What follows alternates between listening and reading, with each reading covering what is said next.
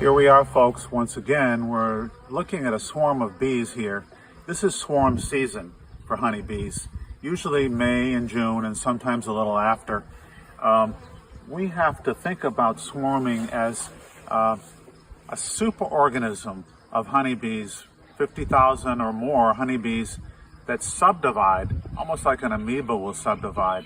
We have two levels of reproduction going on. One, the individual egg gives a rise to the individual bee, and then secondly, the superorganism separates in order to propagate the species. Probably around 15,000, 20,000 bees has decided to bivouac or have a temporary, little temporary stop on this fence post while their scouts go out and try to determine where their permanent home is going to be. When they wiggle, they are communicating to the other bees, hey, I found a good spot we can live permanently. Let's go check it out. I need more scouts to come with me. Now, swarming takes place when certain conditions predominate. Namely, there must be an abundant food supply. Temperatures have to be very, very moderate to warm. There's usually some congestion in the hive, perhaps not enough space for them. Most important of all of those things is that when the bees gain numbers, an increase in their population, they are not able to sense the pheromone of the queen mandibular pheromone, as strongly as they normally would. And the weakening of that sense of that pheromone within the hive triggers an instinct in them to build queen cells and to prepare for swarming. And that's what they have done. And now they have decided to make that fateful decision. They have swarmed. They make a temporary little stop on this fence post as they're determining where their final home is going to be. We're at the point where we're going to be brushing these bees and attempting to brush them into the swarm box, which I have placed below on a feeding tub, and try to, as best we can, get the most bees in there, hoping to get the queen to come with it.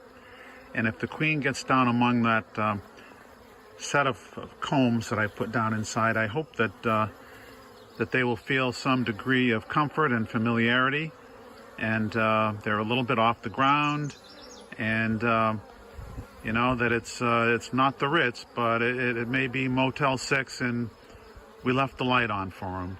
Okay, may I speak? So we're going to start brushing now, and bees generally during a time like this are very docile, generally, because they have nothing to defend. Very gently brushing, gently brushing.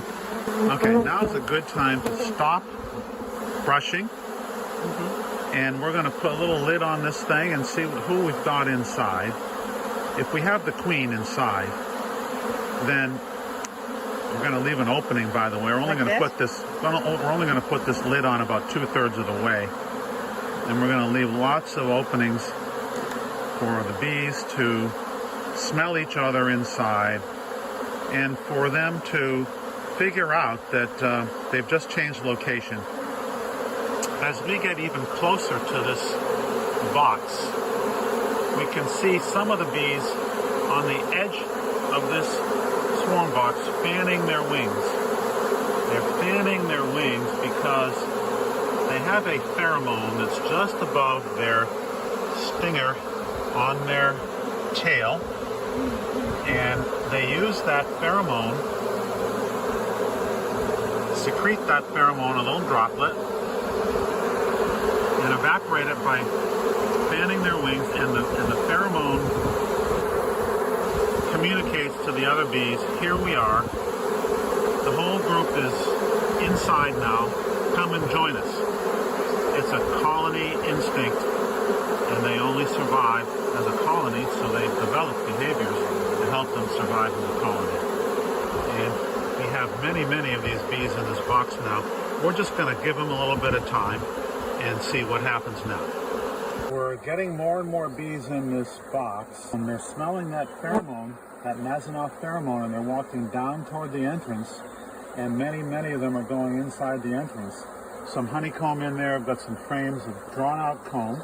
tomorrow or the next day, I'm going to be combining this swarm with another hive. As you can see, we have a little problem here, folks. The bees were going in lickety-split for a while, and then all of a sudden they reversed direction and started going out. And I think the reason was we thought we had the queen in there, but we didn't. And they've begun to beard up underneath the lip of this swarm box, and they're back on the post. So the strategy now is going to be to try to sweep these bees off the lower lip of this swarm box where they have started to beard up, and to scoop them up, put them back in the hive itself, and use this inner cover as a scoop. It's about 5 pounds of bees there. Okay, we got a bunch in that time. Now, if the queen is with them, we're golden, and if she's not with them, then we have more work to do. For now, I'm happy we didn't lose this swarm. By the looks, we're going to be able to get them.